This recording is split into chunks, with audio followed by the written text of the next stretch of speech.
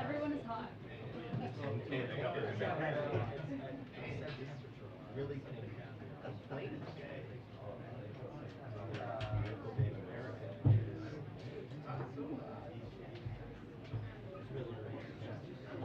It is.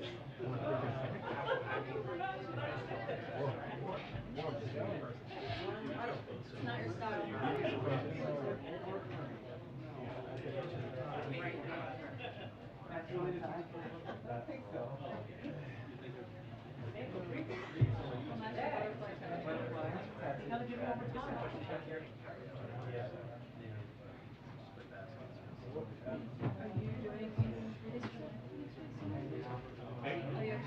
Thanks, how are you? Good to see you.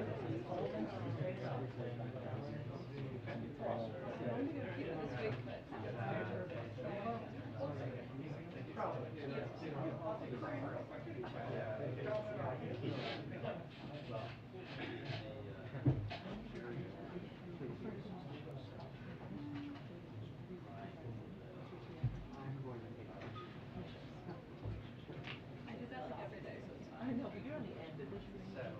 Mark is like, sorry. I always tell the president that, like, I'm not one of the presidents. Okay, I don't know.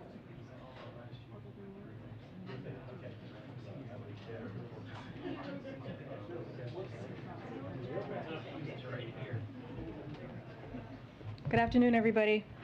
Hi, Karine. Hi, Peter. You're like that kid in the class. What kid? Like, I'm expecting an apple, like a nice shiny red apple. Nice briefing. Okay, all right. Okay, so moments ago, the President signed the instruments of ratification for the accession protocols to NATO for Finland and Sweden. Before the signing, the President spoke with Swedish Prime Minister Andersson and Finnish President Niinisto to emphasize the United States' strong support for their decisions to apply for NATO membership and reiterate that the United States will continue to work with our NATO allies to quickly bring Sweden and Finland into the greatest defensive alliance in history. Finland and Sweden will make NATO stronger and deepen the transatlantic partnership at a time when Putin's invasion of Ukraine has shattered peace and security in Europe and fundamentally disrupted the rules-based international order. As the President said, this is a watershed moment for our alliance and for the greater security and stability of the world. As you all saw this morning, today the President signed the CHIPS and Science Act, which will supercharge our efforts to make semiconductors here in America, which power everything from our smartphones to dishwashers to automobiles. You have heard us talk about the economic and national security benefits of this bill for months now. But I wanted to lift up one news story that we heard from the President directly today and from Joshua Aviv directly today, the founder and CEO of SparkCharge. We know this bill is going to help major companies like Micron, Intel, General Motors, Ford, and so many more. But when Joshua introduced the President today, we also heard how the CHIPS and Science Act will help young, diverse, and self-starting entrepreneurs as well. Joshua's company, SparkCharge, is the first mobile ultra-fast charger for electric vehicles. And he also started Currently, which delivers a charge directly to EV owners on the road. He manufactures all the products his company needs at their factory in Buffalo, New York. And the CHIPS and Science bill will help Joshua build and grow his business As the president said today, this is a once-in-a-generation law that invests in America itself, a law that the American people should be proud of. Also, as you may have seen yesterday, Secretary Blinken was in South Africa, and he announced the new U.S. strategy towards Sub-Saharan Africa. This strategy articulates our new vision for a 21st century U.S.-African partnership. It recognizes the tremendous positive opportunity that exists to advance shared interests along our African partners, and it reframes and recognizes Africa's importance to U.S. national security interests. This strategy also parallels many of the themes we look forward to addressing in December at the U.S.-Africa Leaders Summit right here in Washington, D.C. We encourage you to review the full strategy and fact sheet posted on the White House website. And lastly, the average national gas price, I know you guys love us talking about gas prices going down, dropped below $4 per gallon, according to a leading market analyst. That's delivering over $100 a month in vital relief to American families with 2 cars. This is the fastest decline in gas prices in over a decade, nearly $1 drop in just 56 days, with gas prices dropping every single day this summer. The most common price at gas stations today is $3.79, and drivers in 5 states can now find gas below $2.99 per gallon from at least 1 gas station. President Biden promised he would address Putin's price hike at the pump, and he has. He is releasing 1 billion barrels of oil a day from the Strategic Petroleum Reserve. He is rallying international partners to release an unprecedented amount of oil, and under President Biden's leadership, U.S. oil production is up and on track to reach a record high. More work remains, but prices are coming down, and the president will continue to call on domestic and international oil producers to increase output so that they can continue to come down. With that, Zeke, you want to take us away? Thanks, Karine. Just briefly, at the earlier chip signing, the president had several coughing episodes. Is it possible to get an update from his physician about his status after his recovery from COVID, please? So, as you know, we shared his negative test today. He has tested negative Saturday, Sunday, and Monday, and now today. We have also said many times, I think during the briefing when we were talking about his COVID case, that he experiences coughs from time to time, independent of him getting COVID. And what he's experiencing right now is the lingering effects of COVID, which is something I'm sure many of us who have had COVID have endured or have to deal with. And so that's what you're seeing at this time. Update from the physician? No, there's no update needed. We had actually said that this was a possibility. We had been clear about that. We actually shared that he has an inhaler that he uses from time to time because he has experienced coughs, as you've heard him from even before COVID, that he has dealt with, and basically what you're seeing right now is lingering effects of that. And we spoke to the doctor about this, and that's what he relayed to us specifically. On a different topic, the FBI is serving a search warrant on the former president's residence in Florida. Was the president or anyone at the White House aware of that search warrant, or has anyone at the White House or the president been briefed in the aftermath of that search warrant being executed? No. The president was not briefed, was not aware of it. No one at the White House was given a heads up. No, that did not happen. Is the White House at all concerned, given the domestic political climate, but also the signal that it sends to the rest of the world, that the Department of Justice carried out this sort of operation on a former president, that it could even create the appearance of politically motivated prosecutors? So first off, and you've heard us say this many times at this podium, you've heard the president say this, the Justice Department conducts investigations independently, and we leave any law enforcement matters to them. It would not be appropriate for us to comment on any ongoing investigations. I can say that President Biden has been unequivocal since the campaign. He believes in the rule of law, in the independence of the Justice Department investigations, that those investigations should be free from political influence, and he has held that commitment as president.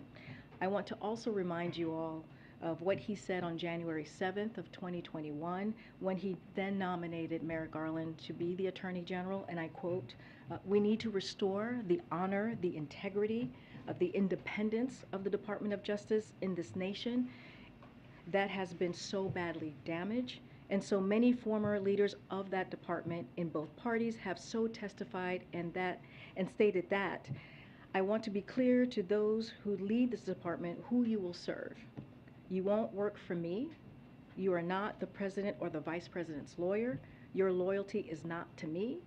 It's to the law, the Constitution, the people of this nation to guarantee justice, end quote. So I would refer you to the Department of Justice. And just lastly, does the White House or the president believe it would be helpful, both domestically and signal that sense abroad, for the Department of Justice to be more open about the reasons for that search warrant, the underlying evidence there? Again, this is not something I'm going to comment on today or from here at all.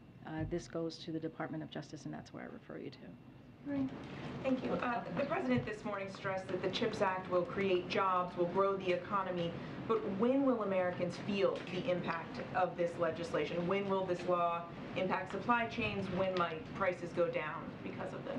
So Secretary Raimondo actually spoke to this a little bit, and the department is already taking steps to set up the office that will implement the bill. And so we'll have more details on that soon, but we are working hand in hand with private companies who are already announcing new investments here at home because we passed this bill. We had said for many months that we needed to send that signal for companies who were making decisions by the end of the summer. So by passing this, and now the president signing this, we have sent that signal. So there, you see companies working on that, private companies. So Intel is going to break ground on next-gen semiconductor factories in central Ohio in early fall. So that is certainly a step forward. Micron is announcing a $40 billion investment in memory chip manufacturing, which will create up to 40,000 new jobs. And Qualcomm and Global Foundries are announcing a new partnership, including $4.2 billion in chips manufacturing.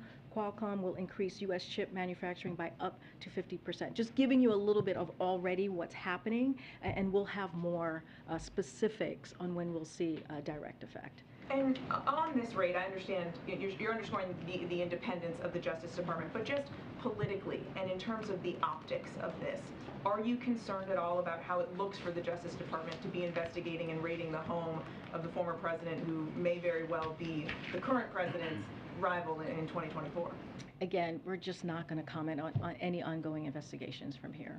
And to Republicans who say it reeks of politics? Look, I'll say this. You know, the president and the White House learned about this FBI search from public reports. We learned just like the American public did yesterday, and we did not have advance notice of this activity.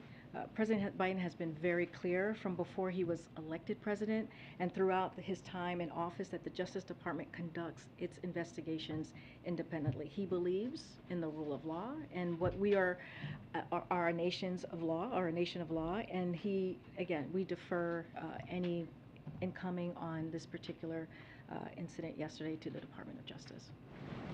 Follow up on that, Karine. Republicans have said that they will probe this raid if they take over the House or the Senate after the November elections. What's the White House's reaction to that? Again, I'm just not going to comment on any reaction to what happened yesterday. We are going to refer any incoming to the Department of Justice.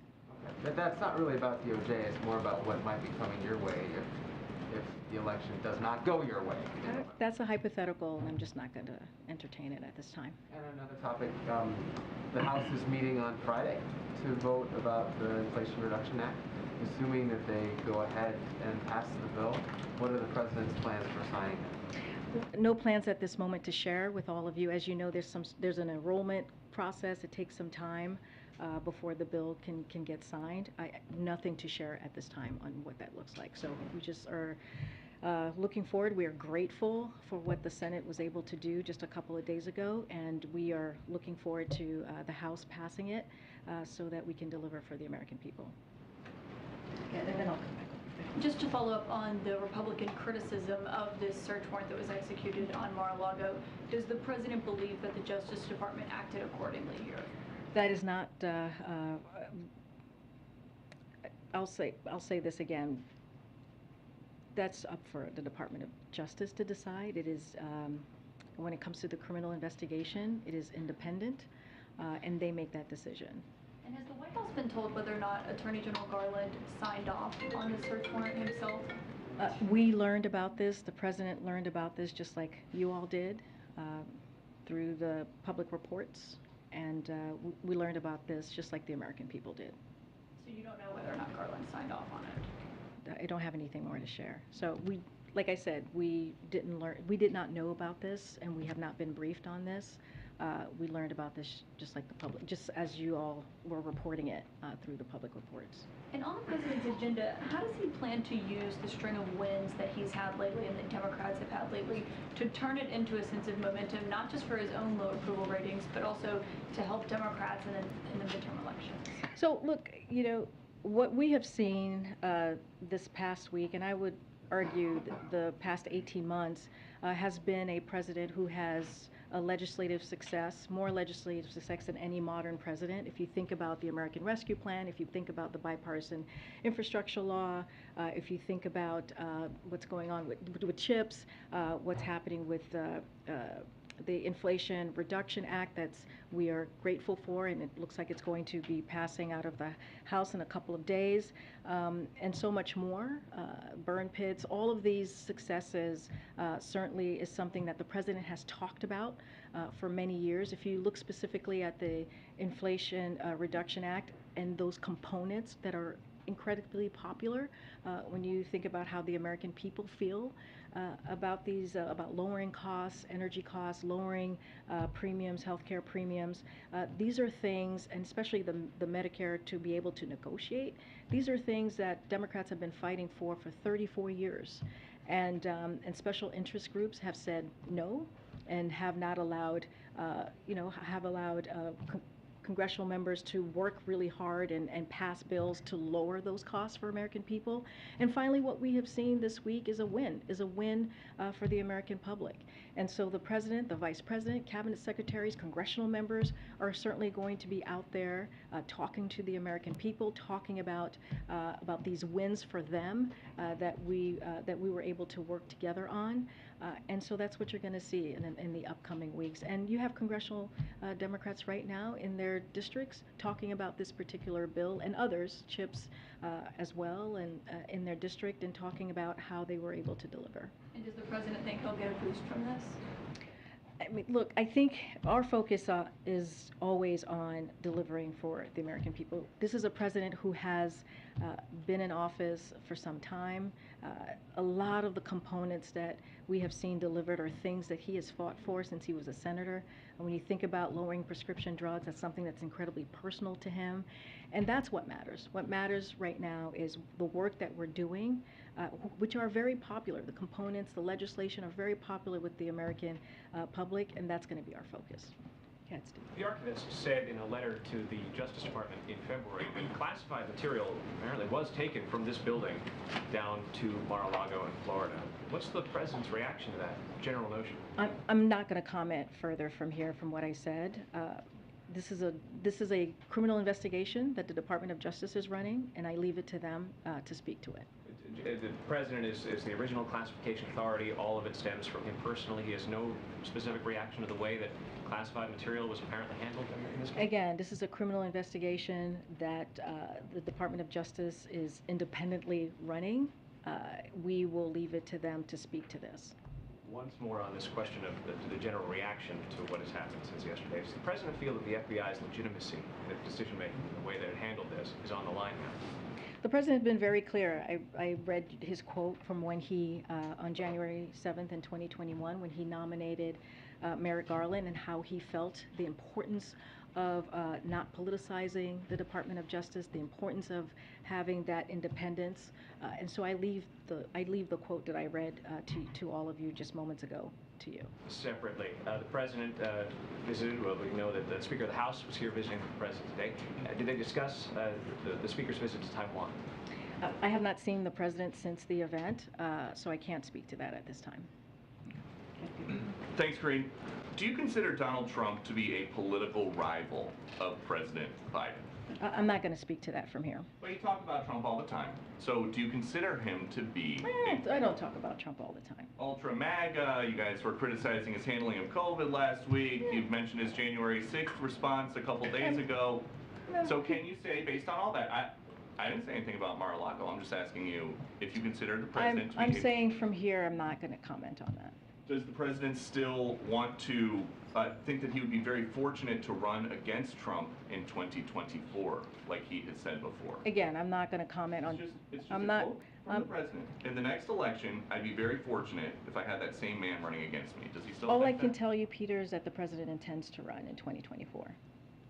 Is there a concern here that if you guys don't say more, then these Republicans who are accusing this White House of weaponizing the Justice Department, weaponizing the FBI, that's going to become the public sentiment? If you guys don't say once and for all, we are not doing that.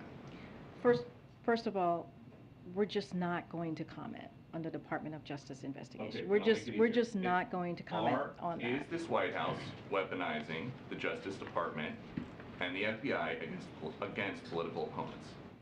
The president has been very clear from before he was elected, very clear on this. Hold on. Throughout his time in office. I heard the quote. We will be playing the quote tonight at 6 o'clock. Is this administration weaponizing the Justice Department and the FBI against political opponents? Peter, the president believes in the rule of law. The president believes in the independence of the Department of Justice. That's a yes or no? Just No, is that the is, White House... no, it's a yes or a no for you. I'm answering the question. You may not like it, but I'm answering the question. And I'm answering the question and I'm telling you that we are not going to comment on a criminal investigation. The president has been very clear. I laid out what his thoughts were back on January 7th in 2021 about how he saw the Department of Justice. And I'm just going to leave it there. We're not going to comment from here, from this White House, on a criminal investigation that is currently happening. And just one more about the Inflation Reduction Act. Who around here decided that Americans were crying out for more interaction with the IRS? I don't understand your question. You have to say more.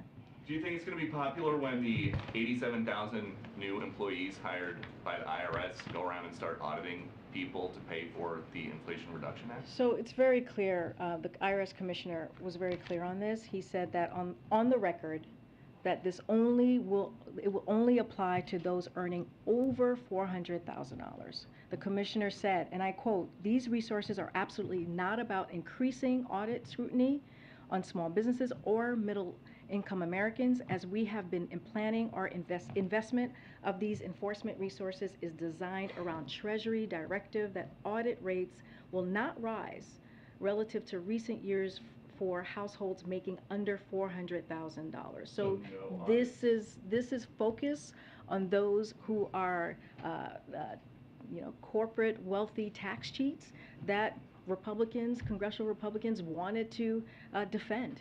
That's who they wanted to defend. They wanted to defend those corporate tax cheats. This is not about that. This is not about folks who make less than $400,000. So no new audits on anybody making under $400,000 No. a year? Very clear, no. Hey, Monica. Welcome to the briefing room. Thank you very much. Former Vice President Pence called on the Attorney General to provide a full accounting of the FBI search at Mar-a-Lago. Is that something the White House would support? I'm not going to comment on I'm not going to comment on this. I'm refer you to Department of Justice. And has the President spoken with the Attorney General today? I'm just not going to speak further on any conversations. There's no calls for me to preview. Just not going to comment on any ongoing criminal investigations. When it comes to student loans and the current pause on the payments, they're set to expire at the end of the month. A lot of borrowers told us that they feel they've been left in limbo, making it difficult to plan financially. Is there any update on that expected? When can they expect that? And would it possibly just be another extension, or what else is on the table? So the president spoke to this when he was asked, I think about 2 weeks ago, about the student loan and his decision. He said by the end of August. So we're still kind of at the beginning, getting into the middle of August. So when he's ready to make that decision, we will let you know. And what would you say to the borrowers that these 3-month extensions are making I'll say very this, and we have been very clear on this. Like, the president understands how student loans could affect a family, and how the pressure of that can really be a lot and put a lot of weight on a family's purse or economic situation. So we understand that. He is going to make his decision on this, and when he has something to say, we will share that. And just finally on Ukraine, what is the White House understanding of the situation at the Zaporizhzhia nuclear power plant? Which power plant? Zaporizhzhia. So I spoke to this yesterday during the gaggle. Basically, what we said then is that, what I said yesterday is, like, we continue to closely monitor the situation. The ZNPP, the Department of Energy, and the National Nuclear Security Administration report that radiation sensors are continuing to provide data, and thankfully we have seen no indications of increased or abnormal radiation levels. We also are aware of reports of mistreatment of ZNPP staff, and applaud the Ukrainian authorities and operators for their commitment to nuclear safety and security under trying circumstances. Fighting near a nuclear plant is dangerous, and we continue to call on Russia to cease all military operations at or near Ukrainian nuclear facilities and return full control to Ukraine. For our part, we will continue to support the efforts of the International Atomic Energy Agency to fulfill its technical safeguards mandate to assist Ukraine with nuclear safety and security measures across its nuclear facilities.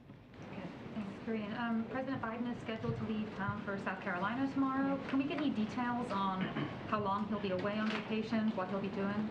I don't have more to share on that. I'm sure as the days go by, we'll share more about what the timing will be. I just don't have anything for you to share at this time on his schedule. And would he, I know you spoke this before, but would he come back from that to sign the reconciliation bill? Well, first we're gonna work closely with the House to get that passed in the next couple of days, and once we have more to share, we will share his schedule if that changes. Can you talk at all about the CPI data tomorrow, what your expectations are, what you guys are looking at? Yep. So as you know, the president's number one priority is to making sure that we lower costs for American families. That's what we have been saying the past couple of months, especially as it relates to inflation. We laid out our plan on what that would look like. So we haven't seen the data yet for tomorrow. We know that gas prices have fallen. I just listed that for 56 days straight to below $4 nationwide. And we hope those gas price declines will factor into the CPI inflation data. And because of that, because of the work that the president has done these past several months, as I just mentioned earlier, we have seen a decline, a steep decline, a decline that we haven't seen in more than a decade, saving families about $100 a month. But again, we haven't not seen those numbers yet, and so we'll see tomorrow what that holds. Okay. Hey, thanks, Karine. A question about the Affordable Care Act. Does the White House plan to respond in any way to the Kelly v. Becerra lawsuit in Texas, which threatens provisions around preventive care? Not going to respond to any lawsuits from here. Okay. I'll come to the back. I know that you've spoken about conversations, or not commented on any conversations today with the Department of Justice, but would the White House now rule out any briefings moving forward as this investigation continues, given the accusations around any sort of partisanship impacting the investigation? I guess. Can you say more? Sure. The question being, is the moving forward, will the president or anybody from the White House be engaged in any briefings with the Department of Justice over this search or the investigation? When it comes to a criminal investigation, that is the Department of Justice to investigate and deal with. we give them their independence on that. But not clarifying whether or not there would be any sort of briefings, whether any briefings would be made between the Justice Department and the White House, and whether they would be made public if No, those I mean, briefings this is not again, they're independent. We are not involved in their criminal investigation. That is not something that we do here. We give them their independence when it comes to that, and so we leave it to Department of Justice. So any particulars, any specifics on what they're going to do next, or anything into that fashion, I would refer you to the Department of Justice. I want to ask about student loans just one more time. The way this was described previously in reporting and just in conversation about even in this room is around cancellation and a possible extension when it comes to a decision being made before August. And the President has said that a decision would be made before August. Is it possible that that decision is just limited to whether or not there is an extension or not, and cancellation or any sort of relief is left for another time? So when it comes to the pause, I know there's the pause and the cancellation. We haven't made a decision yet, so I'm just going to go to the pause first. The Department of Education will communicate directly with borrowers about the end of the payment pause when a decision is made. So again, no decisions have been made. When it comes to the cancellation, look, I just said the President understands firsthand the burden that student loan has on families. It puts on families, and we're just going to continue to assess our options for cancellation. So no decisions have been made on that yesterday, and the President has made clear he'll have something before August 31st. And would any decision impact public and private students of both public and private? I'm just not going to get into specifics. Once we have more, we'll share that with all of you. Okay. Thanks, Karine. Homeland Security announced yesterday that it is ending the Remain in Mexico policy. So I just wanted to see if the White House has any reaction to that. Also, I'm wondering too if you can talk a little bit about the timing of this decision. The Supreme Court ruled in late June, that the administration had the authority to eliminate the program. So I'm just wondering what took so long. Did the President want it to be done earlier? So as we have said before, the Migrant Protection Protocol, MPP policy under the prior administration was flawed, it was inhumane, and it was ineffective. Now that the lower court's order requiring us to continue the policy has been lifted, that happened just yesterday, the Department of Homeland Security has restarted efforts to terminate it. So we were waiting for the lower court, and it made that decision yesterday. So any further detail, I would just refer you to them, to the Department of Homeland Security. Yeah. So Cpi inflation is coming out tomorrow. Another question on that. So you've pointed out that gas prices are now falling. You said the government spending won't really affect inflation going forward. So then has the American people seen inflation peak, and is it now coming back down? Look, what I can tell you is I explained CPI. We haven't seen a number yet. We've seen the gas prices come down in the past 56 days, which is because of the work that this president has done.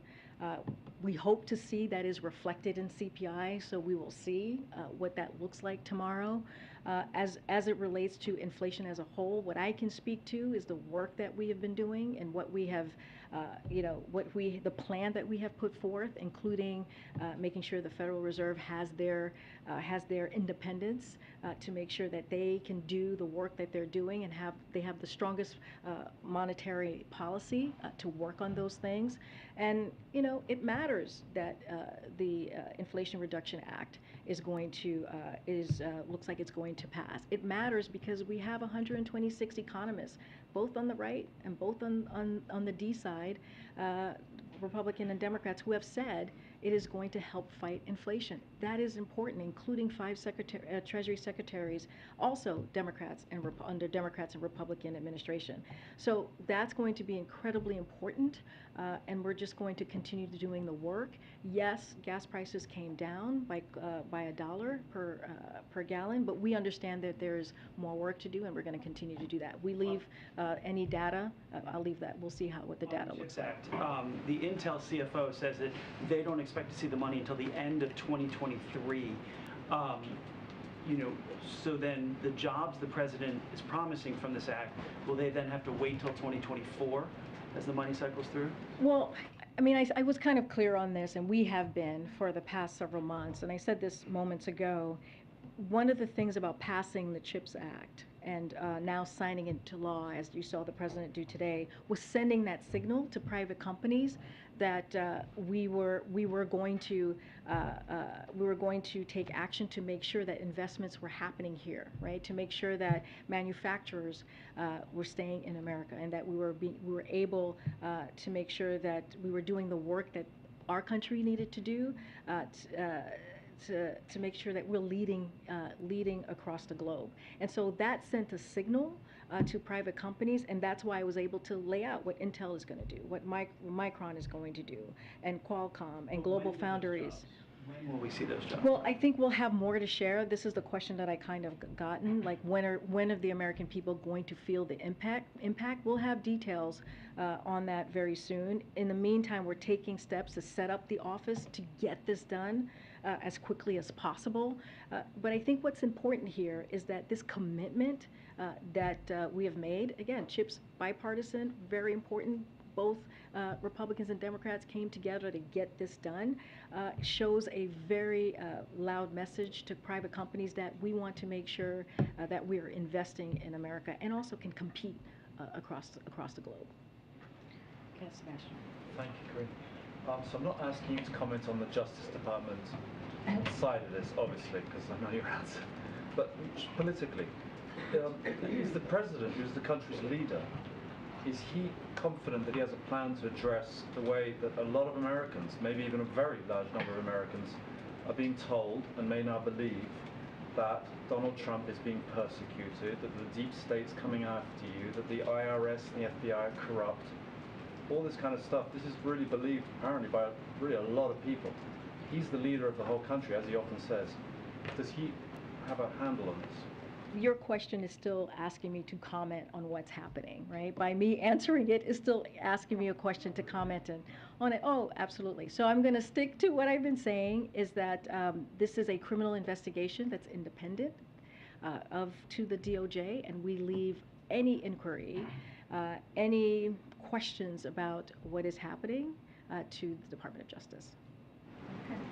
Okay. Thank you, Karine. One on NATO, one on Ukraine. The President urged the remaining 7 NATO members to complete ratification process for Finland and Sweden, as he said, as quickly as possible. What is desired time frame when he wants other leaders to complete the process? By the winter, by the end of the year? And what's his message to those leaders of those 7 countries, including Turkey? So we don't have a timeline to share. I think what you were hearing from the president is his strong support, clearly, from not just from him, but from Congress, from Americans, about how we support this expansion, this ratification that we saw today with Sweden and Finland. As I just laid out, he spoke to both of them. I hopefully have put out a readout by now, so you'll hear directly from us on how those conversations went. And so, we're going to continue to work with our allies and partners to strengthen defense and deterrence, and to avoid to strengthen that defense alliance. It's one of the strongest that we have seen in modern times, and a lot of that is because of this president's leadership. And so we're going to just continue to make sure that we make our voice clear. But I don't have a timeline to share. The president speaks to his to the NATO members very regularly, as we read out to all of you. But this is an important day. We think this is a very important day for NATO as we continue. On Ukraine, there has been a series of explosions at a Russian Air Force base in Crimea. It's not clear yet what happened, but I'm wondering if you consider Crimea a legitimate target for Ukraine when they use US-provided weapons. So we are supportive of Ukraine's efforts, as you know, to defend its sovereignty and territory integrity. As we have said many times from here, the fight has been in the east and the southwest of the country, and it's far from over. We have warned this could be a long and protracted war. We will continue to ensure that Ukraine can push back against Russia's unprovoked aggression, and that's going to be our focus. So is it legitimate target or not? Say that one more time. So is the Crimea a legitimate target for Ukraine when they use U.S.-provided weapons? Because in the past, Pentagon seemed to try to convince Ukraine not to use U.S.-provided weapons to attack Russian territory. So I don't have anything else for you on this. I'm saying to you that we are going to continue to support Ukraine as they're fighting for their freedom, as they're fighting for their sovereignty, against a brutal attack from Russia. Go ahead, Jen. Thank you. Thanks, Karine. I'll come to you. Go ahead, Jen. Go ahead. I know you said that you haven't seen the president since the bill signing and his opportunities to speak with Speaker Pelosi about her Taiwan trip.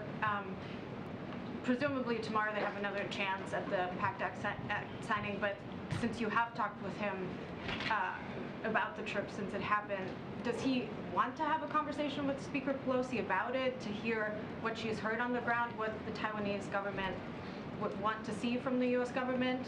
Is he seeking at all a conversation like that? So one thing they talk pretty regularly, right? This is the Speaker of the House and the President. They have a friendship, they have a relationship. I don't have anything specific to read out about any recent conversation on her trip. What I can say is reiterate a little bit of what the President said yesterday when he was asked about the Speaker going, and he said, it was her right to go. Again, we're going to reiterate this. It was her right to go. There was precedence for this. As we know, Newt Gingrich, when he was Speaker, went a generation ago. And again, it does not change our policy, our one China policy. It does not change any of that. And so I will leave it to the Speaker. She spoke to this earlier today. She was on one of your colleagues' networks talking about her trip. So I'll let her speak to it directly. Does the President agree, since you just mentioned her appearances this morning, that President Xi Jinping is a scared bully and in a fragile place? I actually did not watch the interview, but I know she was on. I know she was on. Look, she's going to speak for herself. She is the Speaker. It is up to her to make decisions on where she will travel. It is up to members of Congress to make that decision on where they would travel. What we provide a briefing on what the geopolitics looks like in the region, in that country, the national security components of their particular specific trip. But we are not. And you've heard us say this. It is a co-equal branch of government, but also separation of powers. And she has her right to make that trip. I will let her speak to it and how she feels about it. I cannot speak for her from here. One more on Russia. My colleagues reported today that a merchant ship carrying military equipment passed Turkey's Bosphorus Strait on the way from Syria to Russia, and I'm wondering if you can give us an update on, how concerned the U.S. is about this, but also was there any outreach to Turkish officials since it was the Turkish Strait? We don't have anything to share on that from here at this time. Okay, I'm going to try and go to the back. Thank you. No, Paul, I'm going to go to Phil. Yeah. Okay, I'm sorry.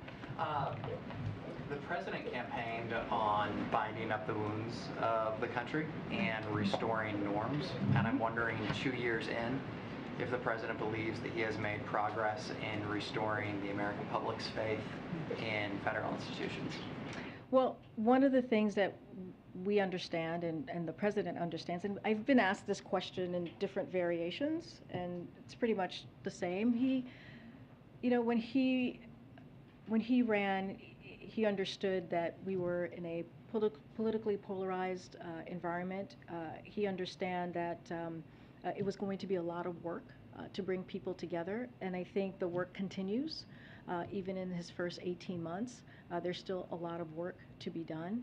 But he has been able to do some things that people said he couldn't do, right? But bipartisanship on the bipartisan infrastructure law, it brought the right and the R's and the D's, Republicans and Democrats together. That was because of this president's leadership, that he was able to do that, to deliver an infrastructure investment that was historical We were able to do that with the Chips and Science Act, bring the two sides together to get something done, to make sure that we're leaders across the world when it comes to manufacturing. And so there are things that this president has done because of his leadership. Somebody was asking me about Nato.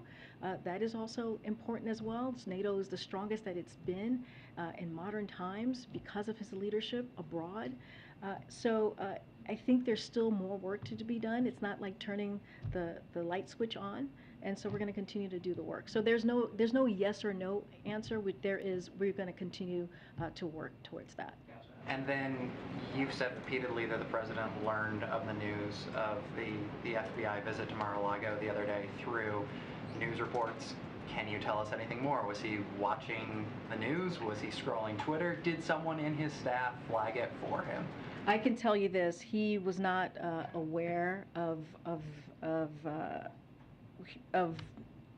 what was it, the Mar-a-Lago raid? I don't know what you guys are calling it, before it happened. So I can tell you that did not know. He learned about it really like all of us did. I'm sure maybe someone on his team flagged it for him, but he was not aware. What I can tell you definitively and for sure, he was not aware of this. Nobody in the White House was. We were not given a heads up, and we did not know about what happened yesterday. Communication afterwards between the Justice Department and President Biden? One question for Africa, Karine. I'm going to come back, guys. Thank you. Why do we always have to beg for questions? Africans deserve questions as well, Karine. Come on. What is the latest on communications with Beijing, and are there still efforts to find a meeting for a face-to-face? No update on his schedule on any meeting at this time. Look, we've said this many times that we're keeping the line of communications open with Beijing. The president spoke with President Xi not too long ago. We read that out. It was more than a 2-hour and 20-minute conversation. That was his fifth conversation with the president, and on staff levels, there's an open dialogue that we're going to keep. Can I have a question, Karine? Okay, I'll take a couple more questions. Okay, I'm gonna take guys. Go ahead. Okay. Give me a second. We have been asking for Go ahead. questions for Go ahead. every time, and even when you give questions to Simon, it's because he forced. We don't need to force for question. We also deserve to have a question. I will get. Do you have something against African reporters? On Afghanistan, Jake Sullivan said last year that there was going to be an extensive top-to-bottom review of the bill and how that went. Can you start again because someone was yelling over you?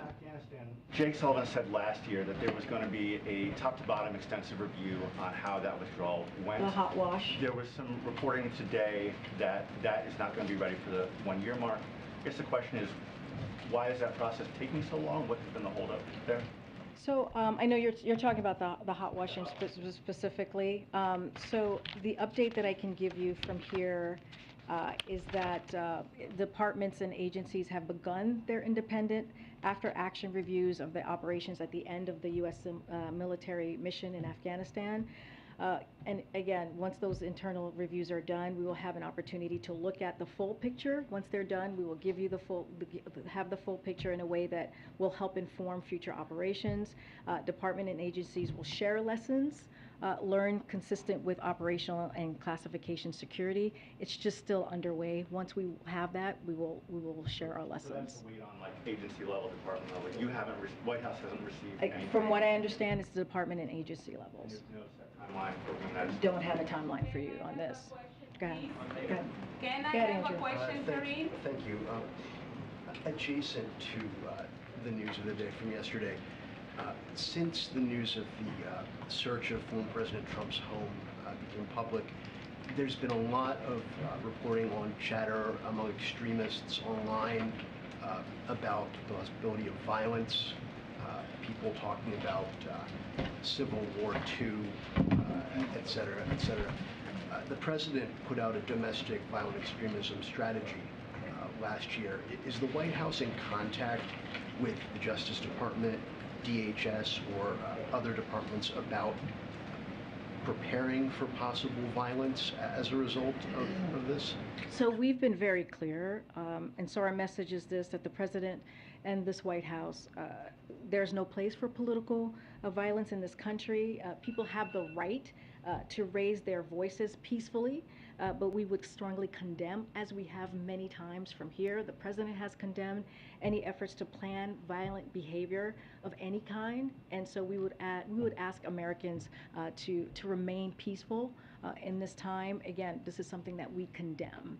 I don't have anything more to share about the particular policy that you're asking me about. Go ahead, right behind. Thank you, Karine.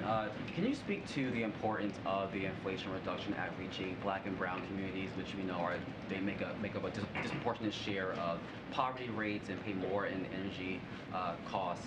And to what extent will the administration ensure that it's implemented equitably? So clearly we have to get this passed. We're going to work very closely, as we have been, with Congress to get this done, because this is incredibly important, and we want to make sure we deliver this for the American people. I think if you look at how prescription drugs are going to go down, because Medicare will be able to negotiate with companies, that is, with pharmaceutical, that is going to be incredibly important, right? When you think about brown and Black communities are spending, and not just them, but you think about Americans across the board that are spending so much money, our seniors, just to get that vital drug that they need just to live their everyday lives. That's going to have an impact on brown and Black communities, we believe. And when you think about utility bills coming down because of this investment that it's going to make in lowering energy cost. And so those things are going to make a difference. When we think about the ACA premiums, that's gonna keep our lower cost on healthcare. That's going to make a difference in communities as well. And so when you think about the president's economic plan more broadly, it's always been about making sure that it is economically fair, that we don't leave anybody behind. We talk about building it from the bottom up and the middle out. We want to make sure that no communities feel like they're being left behind. And so that has always been part of the president's agenda, and you see that here with the Inflation Reduction Act as well. Go ahead, Sandra. Okay, thank you, Karine. I know you said you don't really want to comment on an ongoing investigation, but what time did the president learn about the raid on the raid yesterday? I don't have anything more to share, Simon. I've said all that I can about the topic. Yeah, and also you said that the president believes in the rule of law. Does he believe in the rule of law when it comes to the former president or even his son? I'm not going to comment anymore on both of the topics that you just mentioned. The Department of Justice is independent with their criminal investigation. The president has been very clear on that, and I would refer you to the Department of Justice on those two topics that you just brought up. One final question from me. Sure. The secretary is in Africa. Yesterday he unveiled the new U.S. strategy for Sub-Saharan Africa, but that strategy doesn't have any step to show how the U.S. will counter China or Russia in Africa. Mm-hmm. And why is that? So I could say this. We want to make sure that one of the things that we made sure about this, our strategy, it had a different approach on a unique approach on about how we are doing it. So we seek to engage not only government leaders, but a wide range of African and U.S. stakeholders, such as youth, business, civil society, and the diaspora. As you know, there's going to be a summit here in December 13th to the 15th. And so that's something that I want to make sure that is said as we're headed to the summit in just a couple of months. And our relationship as it relates to Africa, we believe, is incredibly important. I just laid out what the secretary talked about. So we want to make sure we're reinvigorating and modernizing U.S. partnerships across the continent, building substantive reciprocal partnership with African governments, institutions, and public based on the principles of mutual respect, equality, and other shared values, and strengthened by our long-lasting historical and cultural connections. So we want to make sure that our commitment is there. There's going to be many issues to talk about for the summit, and as we lay out our strategy for Africa, it's going to be about national security. We'll talk about COVID. We'll talk about food security, and we'll talk about other items as well. That's going to be important to both global challenges. That's going to be important to African nations and also the U.S. If I can ask you this last question. We got to move on. We got to move on. No. We got to move on. Way in the back. Go ahead. Thank you. On the CHIPS Act signing today, with semiconductors primarily being manufactured right now overseas in East Asia, what message does this send? Does the president want this to send to China specifically at a time tensions are high? Look, the president talked about this in his speech as well. He mentioned the importance of being competitive in that competition. This is why this CHIPS and Science Act is so important. So we show that we are committed in investing in us, in Made in America, and committed in making sure that we have manufacturing that's happening here. As you mentioned, chips and semiconductors.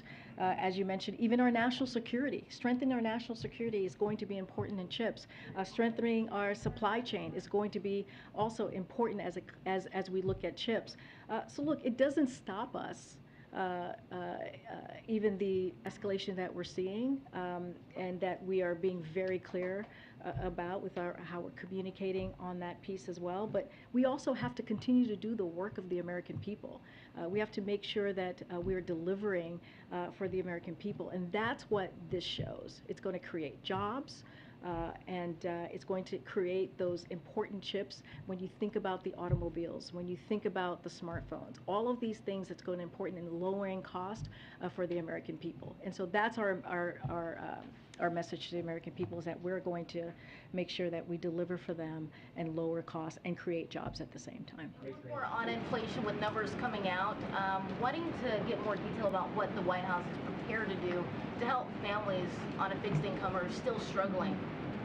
Look, that's top of mind for this president. We talk about that pretty regularly, how lowering costs for Americans is so important, how lowering costs for Americans is critical. We understand what is happening. The president personally understands what's happening around the kitchen table and the conversations that people are having about how are they going to put food on their table, how are they going to put gas in their car. That's why one of the things that we have been talking about and working on with the gas prices coming down the last 56 days matters. It gives Americans a little bit more of breathing room. So the president laid down what his inflation plan is. He knows there's still more work to do, but again, the Inflation Reduction Act, once that gets passed, that is going to make a difference in people's lives. Prescription drugs, utility bills, and we think about ACA, bringing down the premiums for folks. That's going to make a difference in people's lives. The CHIPS Act I just laid out, that's going to make a difference in people's lives. And so that's the work that we're going to continue to focus on, and we're going to make sure that we deliver for the American people. All right, thanks everybody. Thank you.